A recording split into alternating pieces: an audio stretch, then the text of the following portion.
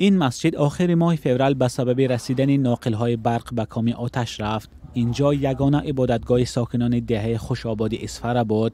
بیش از یک ماه است که باشندگان روستا مسجد ندارند. به گفته مؤلف این نوار، مردم خواستند پول جمع کرده بنای مسجد را برقرار کنند، اما مقامات اجازه ندادند. مقامات سبب را چنین شرح دادند: مقامات اجازت ندادن به آن خاطر حالی که خلاصه های به گیرن و ساختار خاموشکنی خلاصه هاشو پیشنهاد کنند، بعد این مسئله دیده میبرویم. گفته خلاصه ساختار خاموشکنی گرفته ما مقامات پیشنهاد میکنیم، مقامات بعد باید کمیته دین برای میکنن. کمیته دین که اجازه میتونه دستوری وحی گرفته بعد تعمیر آغاز میشه. ما با خلاصه اینهای جمع کردن اکو خیر وقت بود اکو مردم میگن که اجازت نداشت اکو این همش قرار که به این کمیته دین میشه.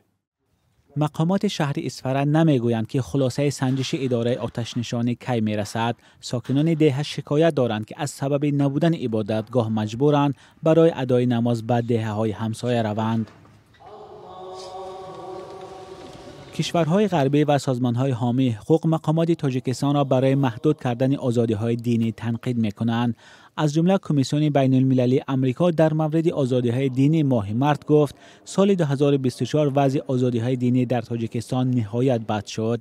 مقامات تاجیک در گذشته این گونه تنقیدها را رد کرده بودند، اما در گزارش کمیسیون بین المللی امریکا در مورد آزادی‌های دینی آمده است سال گذشته حکومت قانون‌های سختگیرانه را جاری کرد و نظارت را بر همه گروه‌ها پرزور نمود.